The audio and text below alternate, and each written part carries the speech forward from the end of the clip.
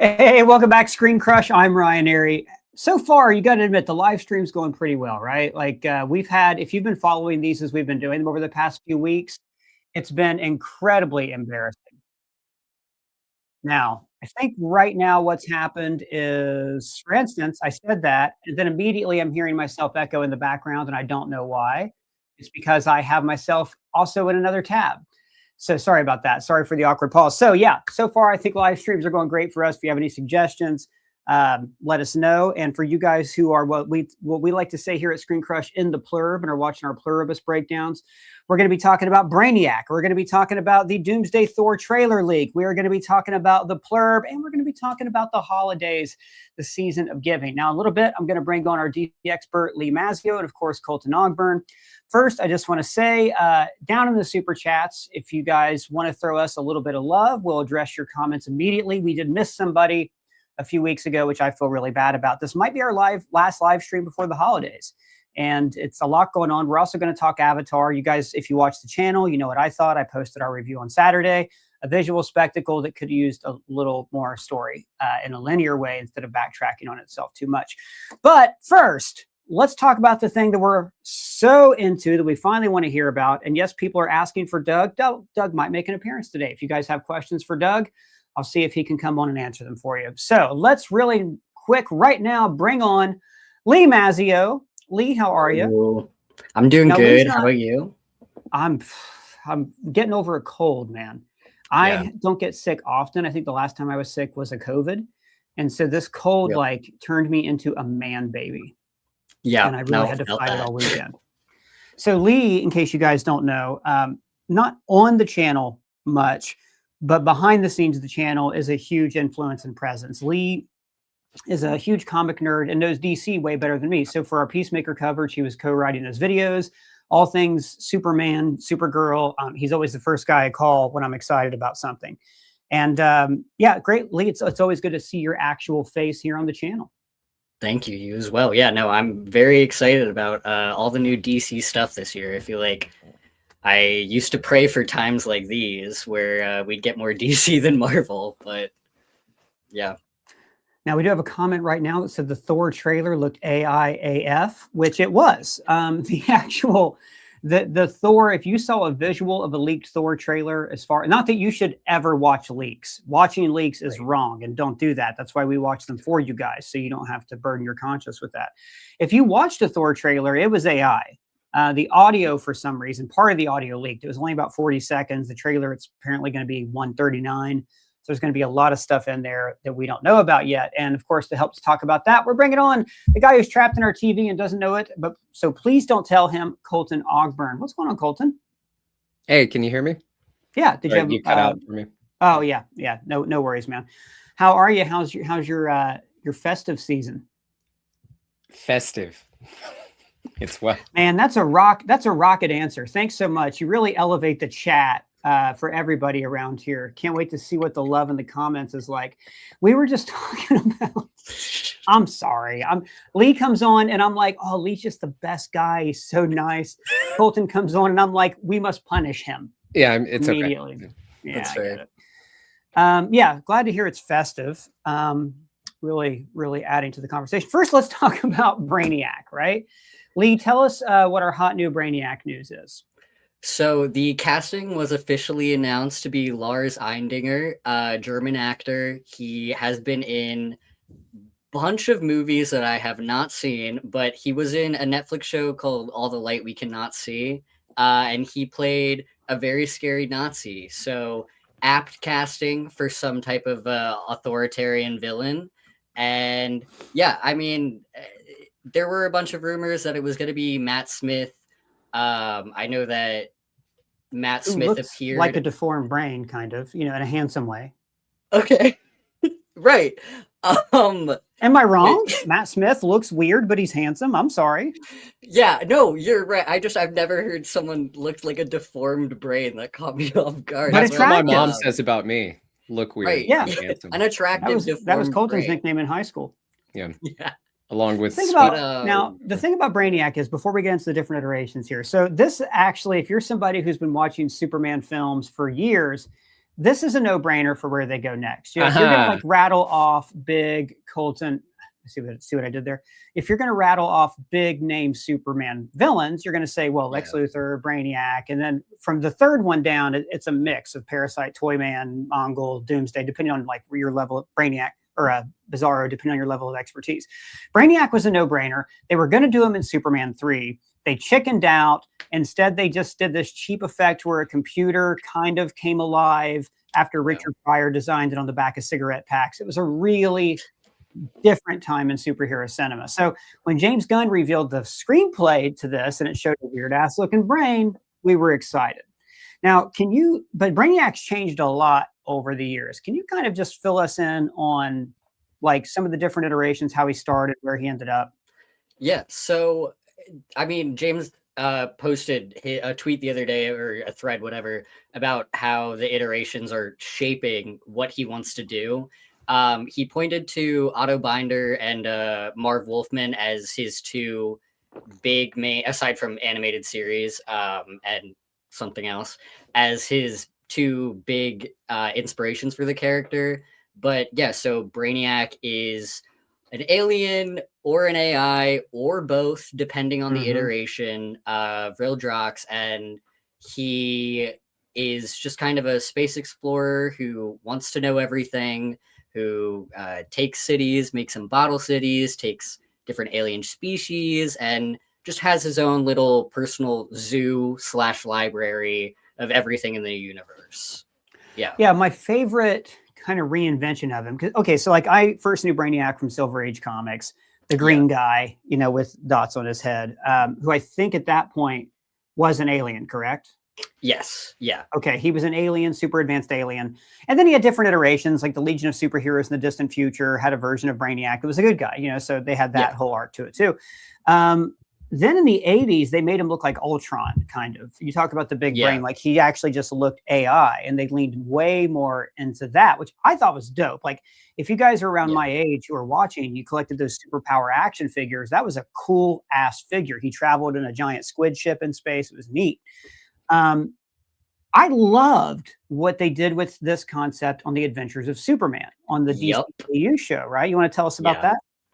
Yeah, so in that one, they leaned more into him being an AI, a rogue AI from Krypton, which I'm glad you brought that up, because that's always kind of the one that I think is the best version of Brainiac. They also did that for My Adventures with Superman. I just think it adds so much more to his connection to Clark, rather than just being like, last son of Krypton, I'm interested in learning everything. I think that there's more to him as a character than just some super smart alien, because I feel sometimes writers can just make him Lex Luthor who's green in space. You know what I mean? But yeah, the AI one is always far more interesting to me. But they've done some good mixes of both. Yeah. Colton, what about you? Where are you leaning at on Brainiac and different iterations and things? Are you very familiar with the character? Oh, not near as familiar as Lee probably is, but I'm really excited because they've almost done Brainiac so many times. The Nick Cage Superman movie was going to have Brainiac. The sequel to Superman Returns was going to have Brainiac. We've almost gotten Brainiac so many times, so I'm glad we're actually getting it. And I think he's a really interesting villain for a Superman Lex Luthor team up, because especially whether he's an AI or an alien, or I'm hoping both, like an alien AI, that is a villain that is really going to make Lex Luthor, I think, have to see the humanity in Superman. So I think interesting. I think that he's going to serve as a really cool villain. And I love that just last week, James Gunn was like, hey, by the way, I never said Brainiac was the villain.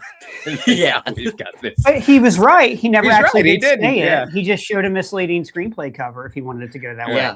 And that's the thing I'll say about James Gunn. Like when we interviewed him, he very much like he'll tell you, hey, the villain's not Darkseid, or we're not planning on Darkseid. I still don't fully believe him, but I want to ask you guys a question. So the design, we do have a few people in the comments now talking about Absolute Brainiac. The reason I was distracted for a second is because I was pulling up this image, give me just a second because I have to overlay this in a weird way. Do I double click that? No, it doesn't work. Okay, give me 1 second to overlay this. So it's going to be over top of Lee for a second. Sorry about that. Okay. It's because I'm producing this myself. So that's a cool design. Lee, can you tell us about that character, please? Yes, I can. So Absolute Brainiac, sorry, I'm so glad this was brought up. Absolute Brainiac is the last, what I teased, the last one that James Gunn mentioned for his inspiration. So Absolute Brainiac was introduced in the Absolute Comics universe in January of this year, and he is by far, I think, the most terrifying version of Brainiac yet, just on design alone. But he is part of something called, well, originally was part of the Brainiac Collective, which is a society of all Brainiacs, and they're all they all have different numbers based on level of importance. And this Brainiac was Brainiac 0. He was the least important of all the Brainiacs, the runt of the group, and his job was to burn the bodies of all of the other Brainiacs who died throughout the years. So he does that for like 2,000 days, and then he kind of goes crazy and then realizes that no more bodies are coming through. So he goes up to the ship, he escapes from the incinerator, and realizes that he's finally the one true Brainiac. And so he is the last survivor. And then that, follows regular Brainiac lore. He takes over the ship, he goes and traverses the universe and collects all the cities and everything. The really interesting thing about this Brainiac is that after that, he turns himself into an AI. And so in this Absolute universe, the main evil corporation in Absolute Superman is Lazarus Corp, which is run by Ra's al Ghul. And so in that in their mainframe, he puts himself in that AI and is just kind of pulling the strings. The cool thing about this, though, is so he's not only both alien and AI. There's a Peacemaker connection here, where in order for Lazarus Corp to keep pushing their agenda and keep making sure that everyone stays in check, they have these private army agents called Peacemakers, which Chris Smith is one of them, obviously. And he goes kind of crazy. Lazarus Corp is like, hey, you need to go to therapy. That therapy is run by Brainiac. So now, I don't want to get too far into spoilers, though. You're outlining the entire comic, but it is a great run. It's especially very Absolute good. Superman. It's a very different take on Superman. Could this have a connection to the mini helmets we've seen, or are we to believe that his dad developed those? Or I don't think his dad made those. Yeah, I don't think so either. Yeah, so it would be interesting if they. I mean, look, the cool thing about the DCU right now is it is open to so many connections. One thing we do know is really important that James Gunn here on the channel actually confirmed. Well, I don't know what that was. He confirmed that the Salvation is something they've been building toward the whole arc of the DCU. So if you guys don't follow regularly, the Salvation arc in the comics is a pretty great limited series, right? It leads in. It's basically the world governments and heroes decide they're going, not the heroes, but really the world governments decide they're just going to put all the supervillains on another planet in another dimension somewhere. And we saw that happen at the end of Peacemaker. And it goes along with James Gunn's whole thing about people disrespecting the misfits and society trying to, cut them out, which of course in Guardians 3, we saw the High Evolutionary trying to do that, with people like Rocket and keep them out of his perfect society. So that story in the comics does lead into Final Crisis and Darkseid and a bunch of other stuff like that. He said on the channel that he's not going to do Darkseid. But you got to admit, Brainiac is a neat addition to that. If for no other reason than he travels around, like you said, collecting things. He collected a city on Krypton called Kandor, keeps it in a bottle, which Superman, of course, then rescues and keeps in his Fortress of Solitude. So I wonder if there's any other Salvation connections we could see popping up with Brainiac. Yeah, I messaged you about this because this thought came to me last night of what if Salvation is already a bottle city or a bottle reality on Brainiac's ship? Yeah. What if the QUC is in Brainiac's ship? there is a slight comic precedence for it. In the 90s during the Super Mullet era of Superman, they kind of revamped. Thank you. They kind of revamped Kandor, and instead of it being directly taken from Krypton, it was a replica of Kandor. But there were various different species of aliens and like people there. So that is kind of what Salvation is. I mean, they have a bunch of predators and different aliens there, and I mean, the villains will be there. So it has been done before in like the comic canon very loosely. But yeah, I could definitely see. I feel like that would be a better tie-in, in my opinion, if they're not doing Darkseid at the moment. And there even is still a way for that to be related to Darkseid, because we still have like the mother box technology that was being used in the QUC. But assuming it was, we think it was a mother box. Exactly. Which makes sense. Yeah. What about that little guy that had the door in a box? Yeah, the little alien guy. Yeah. Does he look like anything from the comics? I don't know. We didn't catch anything at the time. I think pretty intentionally they made him vague. Yeah. Corey Candrill, you guys remember Corey, friend of the channel, keeping us afloat financially, just gave us $2 and said he loves the Super Mullet. So I feel like we should pause for a moment. I was going to ask about Supergirl and kind of steer the direction toward Kryptonian culture we see in that. But now we're all in on Super Mullet, baby. So when Superman was killed or temporarily knocked out until he got a better tan in the Death of Superman storyline, when he came back, he had been gestating in a pod in the Fortress of Solitude for a few months, which allowed his hair to grow, but I don't think he had a beard grow. I think he came out beardless, even though in this era of Superman, he did often need a shave. So Superman comes out, he's got long hair, it's an emergency, he's depowered, he had to use all the solar energy to come back to life and grow his mullet. So then he has to like gear up with Kryptonian technology and guns because it was the 90s, and a belt with a bunch of sashes and stuff. And then he, teamed up with a couple good guys. They went and took down the evil Superman, right? And at the end, in the battle, like he gets all the powers back and stuff. But he kept the mullet. So for years, 2-ish years, maybe no longer than that, actually. It would have been about 3 years he had this mullet. Does anybody out there in the comments remember how they got rid of Superman's mullet? What storyline erased that from the comics? Does anybody? All right, so we will come back to that. We do have somebody asking, remember the old question, how would Superman shave? The answer was he had a piece of glass from his rocket ship and he used his heat vision to go like this and reflect it and somehow not destroy his entire bathroom. So far, we don't have anybody letting us know how Superman got, it sounds like I don't know, but I do know how Superman got rid of his mullet. So, and yeah, he did not have the beard in Return of Superman, which technically was called Reign of the Superman. Let's move on to Supergirl real quick before we start talking about this Doomsday trailer leak. So Supergirl is going to show us Kryptonian culture because we're going to see Argo City, probably in flashbacks, which is where Supergirl grew up. To me, I don't think there's any way James Gunn is putting in Brainiac and not doing Kandor. What do you guys think about this? I agree. I think also the only adaptation he didn't reference when talking about his favorites was the Jeff Johns Superman Brainiac miniseries. And that goes a lot into Supergirl and her relationship with Kandor.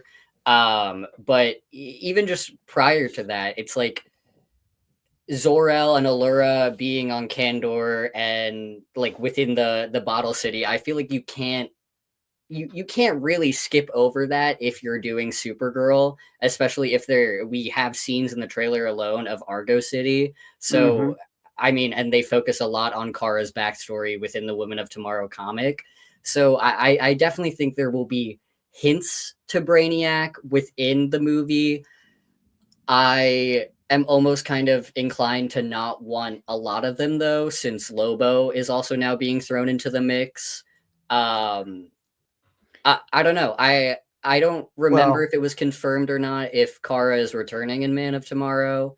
It's not yet. Really quickly, I want to call out, I think Julio Diaz is the first person to get this. The end of the mullet was when he became Electric Superman. So it's like the writers loved the idea so much. They were like, God, I am digging Superman looking like he's a member of the Colorado Rockies here in the year 1996. So what are we going to do? you know, how can we possibly top this? And somebody was like, bro, turn him into electricity. And then someone was like, oh, like that gremlin and Gremlins 2? Like, yes, turn him into electricity like that gremlin and Gremlins 2, which, by the way, old friend of mine, Violet Price, has a stand-up bit I love. That gremlin still in the wall at the end of Gremlins 2, which makes me think there could be a Gremlins 3.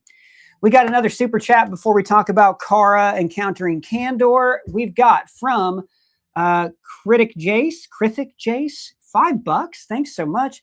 Love your breakdowns. Do you have more plans to cover anime or even tokusatsu, I think, like Kamen Rider in the future? Oh my gosh, do we ever? We've got 3 anime videos planned for January. We had, you know, obviously Demon Slayer was huge for us. The people writing this are Harriet Lingle-Enright, who's one of our editor producers. We have Srinidhi Rao, who's another producer. And Ethan Ing. They love anime. I've not really seen a frame of much anime because Avatar Last Airbender technically doesn't count. Yeah. So my I don't know if you guys are introduction to anime was editing the videos. Yeah, so. I'm excited about it. But it's one of those things where we would always have people say, oh yeah, well, you do blank. And I'm like, look, just because something's popular doesn't mean I'm going to rush out and do a video about it because I want to do a good video about it. If it's something I'm not particularly passionate about or don't have time to research, then I don't want to try to just cash in on something really quick. Now, Colton keeps up on a bunch of stuff that I don't. So Colton, you're usually the first person to say, hey, this show is really cool. Can we do a video on this show? You know, if you're not going to do it on your own channel. So thanks for that, man. Yeah, except anime. I also don't know much about anime. My wife loves anime though, so that's all good. And your wife's written an anime video for us. Yep. She did the JJK recap right a while back. Which the funny thing about anime is, I think we've shown the outtakes of those videos on our socials, where I actually have somebody with me, like remotely, to watch me record them. And it's funny because I really hope you guys watching get a chance to do this someday.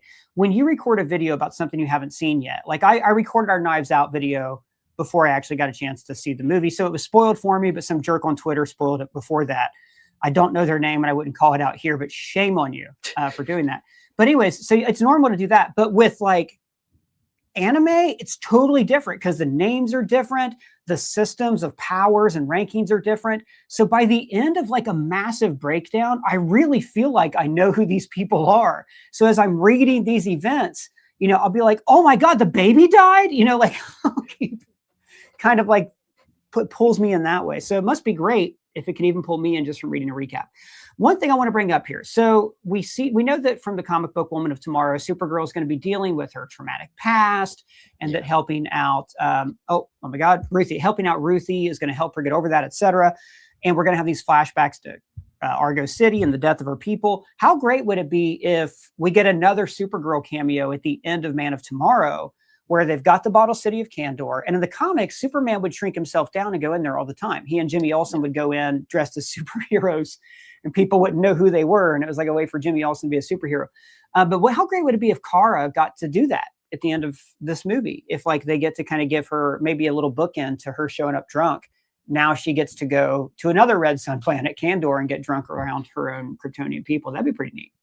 Yeah, no, I like that idea. I also, someone in the comments just reminded me that Kara is younger than Clark in this version, which differs from the comics. So I don't know if she, Is that because of like time dilation? Like, yeah. It was always that way in the comics. Yeah. No, she's older than Clark in the comics. but her age slowed. Yeah. But she's younger than him in this universe, in the DCU. How do we know that? Gunn confirmed it, I believe. Really? Okay, so she never held him as a baby. And Gunn is... Yeah. Our friend of the channel, James Gunn, who he came on here a few weeks ago to talk to us. Yeah. Let's see here. I'm just going to check the comments real quick before we transition over to Doomsday. We've got a lot of people talking about anime. That's great. Enjoy your conversation. But if me, Lee, and Colton tried to join in, we would just embarrass ourselves even more than we already are right now. Now, there's some really cool stuff happening with the MCU coming up this year.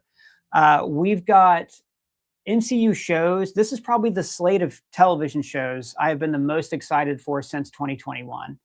You know, Daredevil, X-Men 97, and Vision Quest. Like those three alone, to me, have the potential to be just like top of the mountain Marvel television.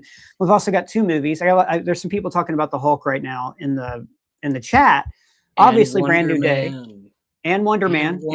Thank you. I'm not that excited about Wonder Man yet because I don't know anything about it. Right. Fair. I love the character in the comic.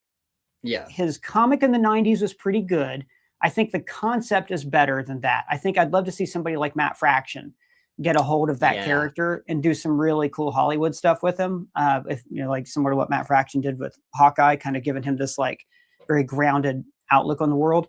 But I mean, everything I've seen so far seems like they're approaching it from a different way. I really like that it's a weekly release. Thanks for that. We're a little tired of getting everything dropped in one day.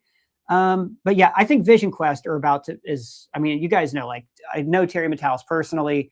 I think the world of the man's talent. I don't think he would do this if it wasn't going to be something special. But let's talk about this supposed leaked audio of the next Doomsday trailer. So I don't think it's a spoiler to talk about these trailers, right? We're not going to show you images because there are none. Except there might have been a thing that said Thor and Loki will return in Avengers Doomsday. I think that was the new title card. So we've only heard like half of it.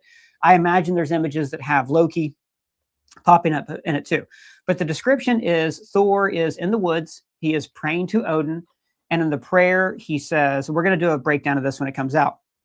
He says, I want, dear, All Father, I want my thread to continue so I can see my love again. And the idea there is like thread, like we have these threads of universes and the tree of life, and that might tie into Loki. And love could mean Jane Foster, but it probably means his daughter Love, who is played by Chris Hemsworth's real life daughter, which is really cool. So Colton, I know we have a video coming out soon about what it looks like Doom's plan. I don't really want to talk about that aspect yet because I want to save it for the video. We did see Steve Rogers has a child. Thor has a child. The actual Tony Stark has a child. Doom's already been talking to Franklin Richards. So a lot of people have drawn conclusions that Doom's plan revolves around all these superpowered kids. Thing is, Love isn't just superpowered. She's like the spiritual daughter of the embodiment of the universe. So it seems like there's a lot there that they could want. You want to give us a little teaser about what you're working on here for Doom's plan? Well, we've got why Doom wants kids so much. We've got a real like recurring theme here, I think, in the multiverse saga. And I know it can be sometimes difficult to pinpoint exactly what that is. But I think it's one about legacy. We're seeing them like pull on the nostalgia strings of like pre-MCU stuff, but they're also starting to pull on the nostalgia strings of themselves. They're pulling on the nostalgia strings for the Infinity Saga. And I think that's what we're seeing with the Steve Rogers teaser. Now they're going to do Thor. I think in all likelihood, the next one's probably a RDJ Doom one. And then we get like a full blown like teaser trailer. And I think by showing our heroes as like, well, 2 heroes and then RDJ as the villain, I think showing them as like fathers and talking about their legacy and bringing in the kids. I don't want to get too into what I think's happening. Like I'll save that for the video, but I think that's going to be a big part of the story and the regrets that Doom might have for the sacrifice that we saw Tony make in Endgame, making it to where, Steve is now able to go have this life and have a kid. Thor is able to go have this life and have a kid. Hell, Hugh Jackman's Wolverine now has this life. He's got his X-Men back. He's got his kid back. And he's got a kid, yeah. Everyone is like getting their happy ending, except the guy that gave it all up to give them that happy ending. So I think they've really got something cool brewing with these teasers. And yeah, I'm excited to see what they put out next. And I really hope that Loki is in the Thor teaser. I've only heard that his name is in it, but I hope they show him. That'd be pretty cool. Maybe and I want to get the prayer. Oh, that'd be cool. I want to get to Loki in just a second and what we think his function will be in the film. I've also, Alex Perez just leaked something that I think could be, it's a leak. It's an idea. I mean, I take every leak with a grain of salt, but like we can also talk about what he said Loki's role would be in this. It's not a huge spoiler. It's pretty, any of you could have guessed it. It is interesting though, like Thor's in the trailer talking to his father. Yeah. So I think you're right about this concept of this generational story being told. It also is because we don't really have that many stories from the multiverse saga to continue. Instead, the saga's kind of produced a lot of cannon fodder for these other stories to continue. I think it'll be interesting to see. A lot of people have thrown out theories that Doctor Doom, his whole deal in this is that he, that whatever Steve did, right? When Steve decided to stay, he caused an incursion and that screwed up Doom's life.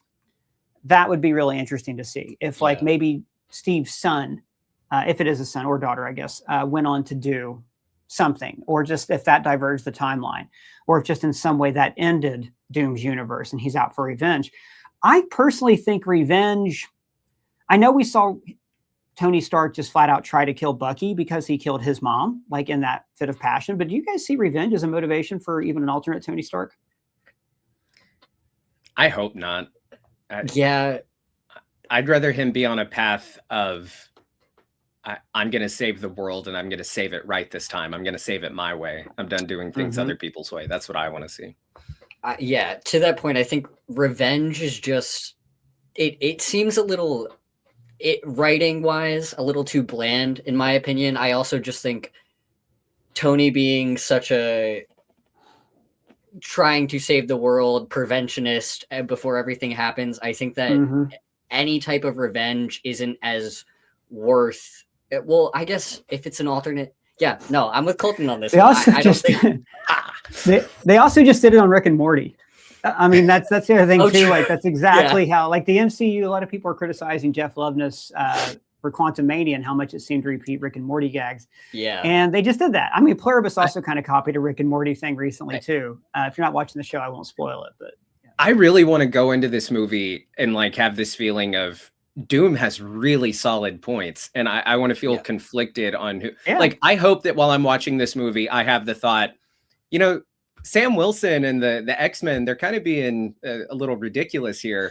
Like if Doom has this like solid way to save everything and they're like, oh, but no, we don't trade lives. Like, okay, shut up. I mean, like, well, get this though. So the weird thing about Dr. Doom in this movie is that we agree with him already. If Dr. Doom's plan is to simplify the universe and to pare down characters and to make everything more like easy to understand and digestible, everyone's going to go into this movie like, wow, I wonder how Dr. Doom's going to fix the universe. Like when he does erase everything, we're going to be like, oh, thank God. All those timelines are so confusing. I don't know. Sorry, Lee, I cut you off. No, I was going to say, I'm always conflicted on the Doomsday RDJ of it because I love Doom as a character. The books of Doom is probably one of my favorite Marvel comics ever. Excellent. So good. And the great thing about his characterization in that is that even though he is evil, you kind of root for him.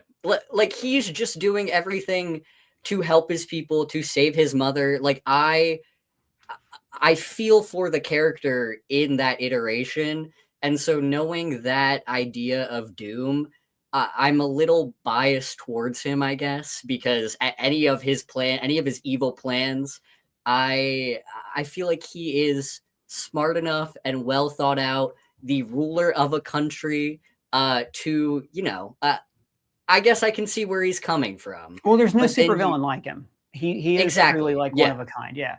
And speaking of Dr. Doom, there's a couple super chats in here I'm excited to get to. First, I do want to remind you guys we have this awesome Doomsday Festival shirt celebrating. It says 84 in celebration of the original Secret Wars comic. This is linked down below in our description. Of course, we have Somehow Robert Downey Jr. returned. Thank you, Colton, for that one. Colton also designed this one for us, the I Hate You 3000. And at this point, we've got Creation of Peace, which is commissioned by the great comic artist Mark Spears of Tony Giving Life to Ultron on the Sistine Chapel ceiling. Now, at this point, I'm not going to lie, it's too late for you to get this Doug ornament in time for Christmas, but you can get it for next year. Or if you want to shop the ScreenCrush merch store for a last-minute gift, we also have gift cards available on the site. And if you become a member, you can earn rewards and get free stuff. So thank you for listening to that plug. And now we've got SS 49ersman gave us $1.99 because it's the holidays. We don't blame you for not spending that penny. Just wanted to say, shut the hell up, Ryan Airy. Yeah. I second that. Good. And Colton deserves to tell me that the way I've treated you today. And we've also got $9.99 from Parker Miley 75. Thank you so much, Parker Miley. Very generous. Can't wait to see what next year brings for the channel. As someone who wasn't a fan of Colton at first, I'm sorry, Colton, I was in the middle of reading it before. As somebody who wasn't a fan of Colton at first, I just wanted to admit I am happy I was wrong. Great job with the Welcome to Dairy breakdowns. I second that. Hear, hear, hear, hear. Oh, well, thank you. I don't like when new people show up either on stuff I watch. It's definitely a thing to get used to. Yeah. Yeah. And I thought you meant you don't like when I thought you meant you don't like when new viewers come to the channel, like you can see them. You know what I mean? Like, oh yeah, and when you showed up, I didn't like you either, man. That's really fun. No, thank you. That's really cool. And you know, one thing that honestly did that I appreciate from Parker Miley, so rare on the internet for people to say, oh, yeah, I was wrong, and to be happy that we were wrong about things. I think a lot of us, either in our personal, and a lot of people are agreeing with Parker Miley too, Colton, shout out Colton. I think a lot of the time, both in our personal lives or our world beliefs or whatever, we do get too locked in because we feel like our sense of self or our honor are somehow tied to our opinions of things. You know, like if somebody says, oh yeah, I mean, I like later Bob Dylan albums. You go, well, you're wrong. It's not wrong to state a preference, right? Somebody's, you know, that's how we create good art and we encourage debate and things. Yeah. Blue Beetle 79 is now a member. Thank you so much. Welcome to the favorite customer tier. Yeah, go ahead, Colton. I've really been, you know, I think my New Year's resolution is trying to find something I'm wrong about. I'd really like to have that moment. Yeah. Don't worry, the comments are going to help you, but not this comment from Michael Rodini, 5203, gave us $2 just to say, I warmed up to Colton 2 with a heart, a little heart. That's really good. Like That's a really frog and boiling and water. I think I can see what's happening now is everybody's just going to go on to hating Lee. It's okay. That's definitely going to happen. Muted. Yeah, there you go. They could also hate Doug. Oh, was Doug muted there? Doug's.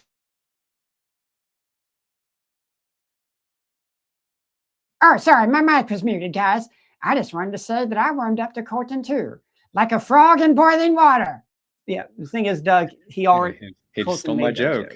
I don't think he heard it before. Oh, yeah. Sometimes when his earbuds are muted got too. a bone.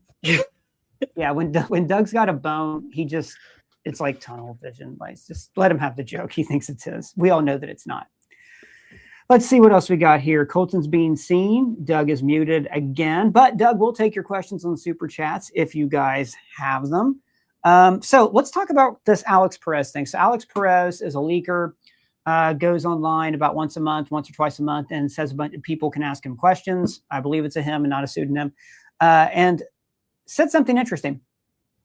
Somebody asked him on a Cosmic Circus there, are the Beyonders going to have a role in Secret Wars? Now, the Beyonders are these incredibly powerful beings that basically created the multiverse as an experiment, and they're going to end it in Secret Wars. Is that about the gist of it, guys? Did I get that right?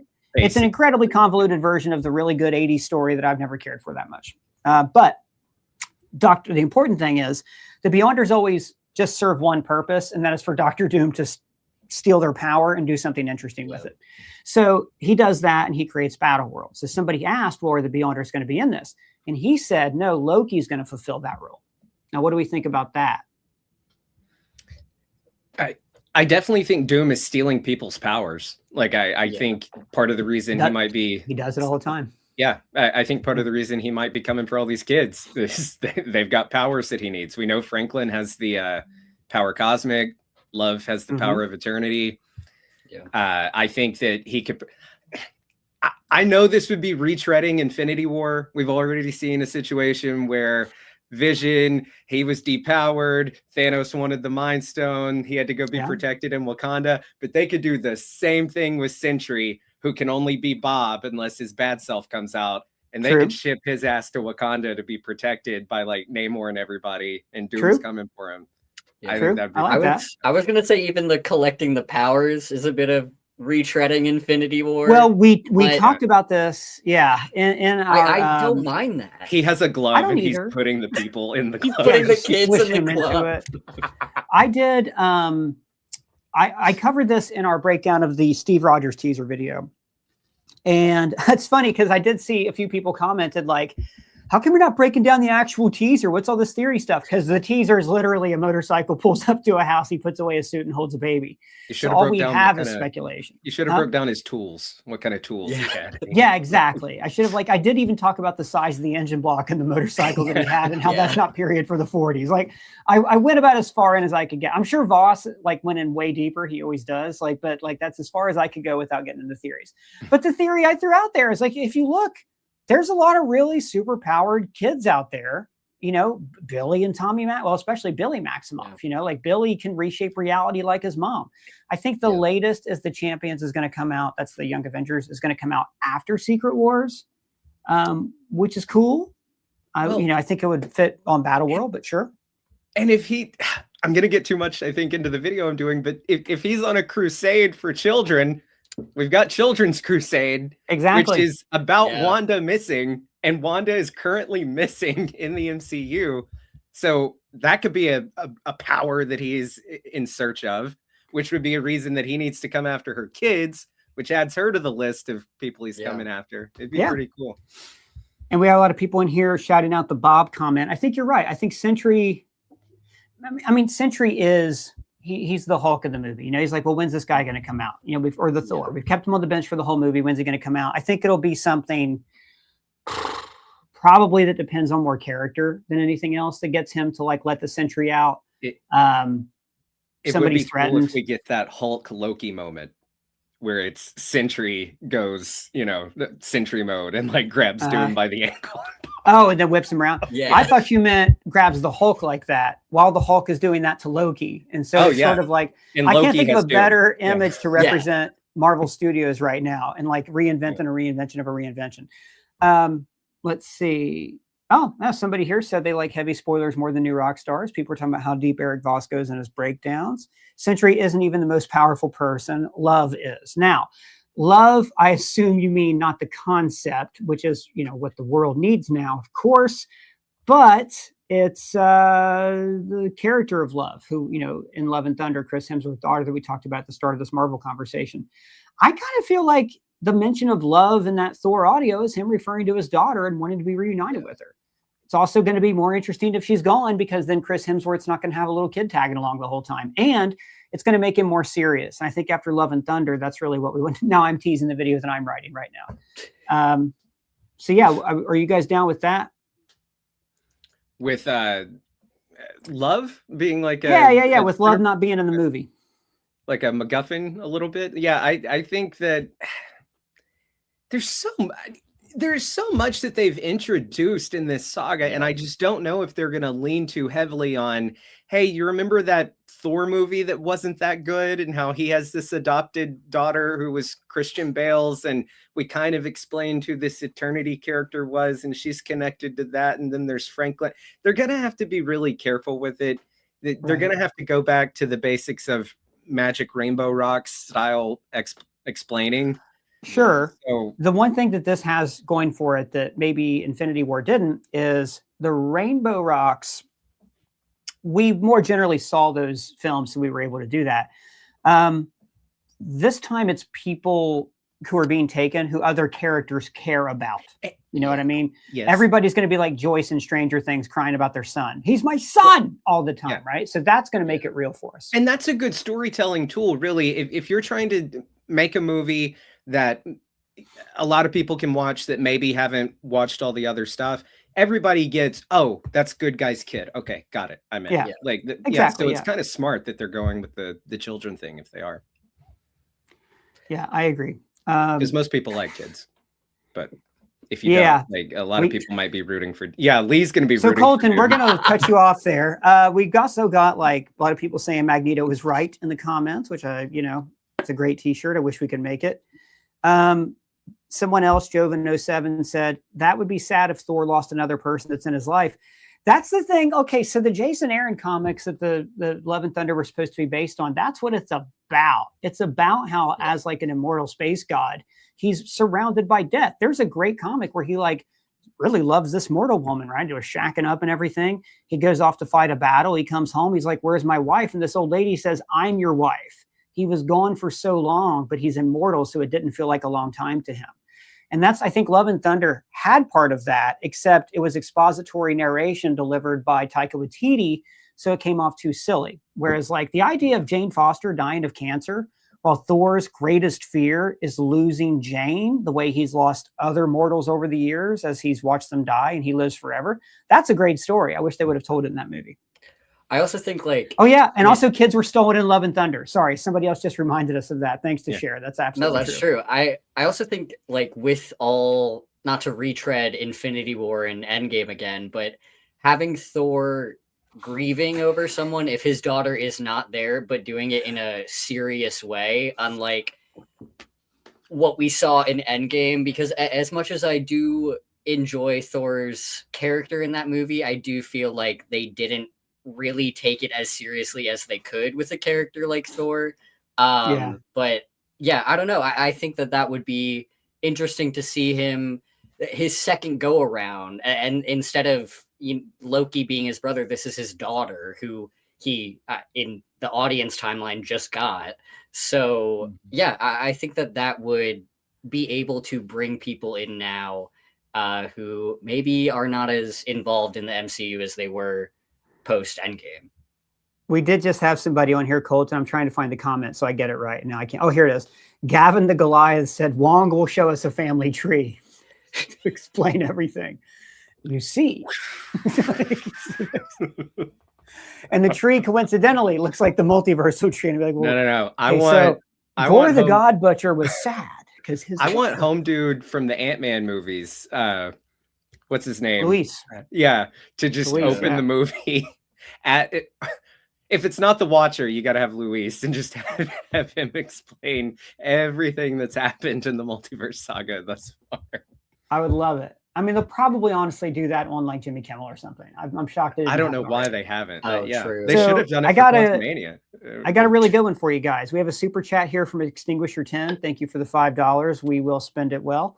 Said, I think Sentry will be used to recreate the iconic image of Doom offing Thanos. That's pretty cool. We're talking about, of course, when he rips out Thanos' spine like it's nothing. I think Thanos is going to be used. Me too. For that iconic, because it's that whole always a bigger fish thing, right? Like, how did they begin Infinity War with Thanos killing Loki? Yeah. And because the guy who was the villain of the first direct sequel to Endgame, everybody knows, oh, Thanos is that unbreakable dude. So if they show Doom rip his spine out, it's like, oh, okay, we got it. Didn't they also tease that in that the light show that they had for investors? That was one of the images they showed, was that image of Doom ripping out. It was. Yeah. I think this might happen, right? They've all said, the Russos have said, it goes back to the snap. We've theorized he snaps, his face is scarred, maybe he lost Gwyneth Paltrow in the battle or something. Maybe Steve Rogers' kid is in the battle because he's all grown up. He or she's all grown up, and they do something really dumb, like Marty's kids in Back to the Future 2. Maybe they're idiots or something. Exactly, right? So maybe that happens. It's their fault, and that's why he doesn't like Steve Rogers, and he goes after him. Yeah. Go ahead. Oh, no. I was just going to say, Rim loves Bucky Barnes. And I actually made her tear up last night because we were talking about death predictions for Doomsday. And I said, we're totally going to see Doom rip off Bucky's arm and make him eat it. Like, that's what I want to see. Yeah. Did he actually make that threat to him? Or is that just something you think we'll watch happen? Oh, I just want to see it so I can watch her cry about it. Yeah. So you're a weird guy. Okay. Here's my thought. What if the snap does happen? Or what if instead he gets the power and it like scars his face or whatever? Maybe he doesn't even snap. Maybe his first move is to rip out Thanos' spine because Thanos killed Gwyneth Paltrow, killed Pepper Potts on the battlefield. That could be fun. Yeah, in no way. Could also be part of a montage. Yeah, in no way he lets go of those stones. Oh, no. If he hadn't died, like even in that moment, like say Endgame plays out the exact same way, he just doesn't die. Yeah. No way he lets him go. No way he puts him back. Yeah. No. Ooh, that's a good question, though. Would he have put them back? I don't know, because if other realities are threatened, you think he just would have used them to go to those other realities and straighten them out? Maybe. Either that or I just think it's Age of Ultron conundrum again, where he feels as though they're safest in his possession. I don't think that he would let them go after going through all of Infinity War and Endgame. And where I disagree with you guys, and we did a video about this, the most crucial scene in Iron Man, where I said it was when he and Pepper make their first connection with the reaching into his chest cavity scene. The one reason I disagree with you is Pepper. Pepper's the one person who's been able to have like a moral guideline for him. And the thing about Tony Stark is in the MCU, he doesn't have his own moral barometer, right? That was taken from him with his parents. When he decided he was going to try to find other ways to process grief and burying himself, he never became an emotionally mature person until Pepper came into his life. And the only time we've seen Pepper leave his life, right? She wasn't that close to him in Iron Man 2 when he makes his worst mistakes. He was acting out of emotion in Iron Man 3 when he told the Mandarin where he lived. But most importantly, in Civil War, without Pepper in his life, we see him completely go unhinged to betray everything that he had known up to that point because he wanted somebody to take over moral control of him because he has an alcoholic's personality and recognized this is bigger than me. So if Pepper's dead, I don't see him listening to anyone else, especially Steve Rogers at that point. So I agree with you there. Yeah. All right. Guys, maybe it's a good time to sign off there. We don't have any super chats, but this has been really fun. I don't know. I'm just reading through here to see if we've got any other things to address. Doesn't look like it. Again, I want to remind you guys, we do have merch in the description, hot new Doom merch that we've designed for you guys. Thank you, all our super chats. Thanks, Lee, for straightening out Brainiac. Colton, thanks for the lively conversation all season long about Welcome to Derry and about Avengers Doomsday. I really appreciate it. And guys, we're going to be taking a little break at the channel, probably from live streaming till after the holidays. If some big news breaks, though, we will be right here because this will be the only way we can cover it because we want to give people time off for the holidays. So you might see me, maybe Colton, and just like some still frames up as we try to cover videos. But we do want to give everybody a lot of time off toward the end of the year. And I don't know if the ScreenCrush team are watching right now. But of course, I want to thank all of you guys, the fans watching, for a great 2025. We're so stoked to make stuff for you guys in 2026. And most importantly, I want to thank the entire ScreenCrush team. They really make this happen for us. And it's just been a joy working with everybody all year long. And yeah, at that, oh crap, got 2 more super chats. That's awkward AF. I think you guys did that to me on purpose. MF Ricky, $2 says, love you, Colton. Press input. Don't know what that means. Press input. Okay. And then JM Den 12 gave us $6.66, an auspicious number. Says, hello. Doug, got anything to say? Yeah. Hey, what's going on there, Devil Number? Nice to see you. Thank you for joining us. And yeah, we'll see you guys soon, I think. And that's Doug's little message to the Satanist who just gave us money. All right. Thank you guys so much. We're going to let you go. Colton, you can find his links for everything below. Lee, you can find his links below as well. And you guys know if you want to keep the chat going, you can do so down in the comments, or you can find me on Twitter, Blue Sky Threads, or are free to join Discord server. And if it's your first time here, welcome to the channel. Please subscribe, smash that bell for alerts. Stay tuned just for this awkward pause while I hit the button to bring up the outro. It's been a lot of fun. For ScreenCrush, I'm Ryan.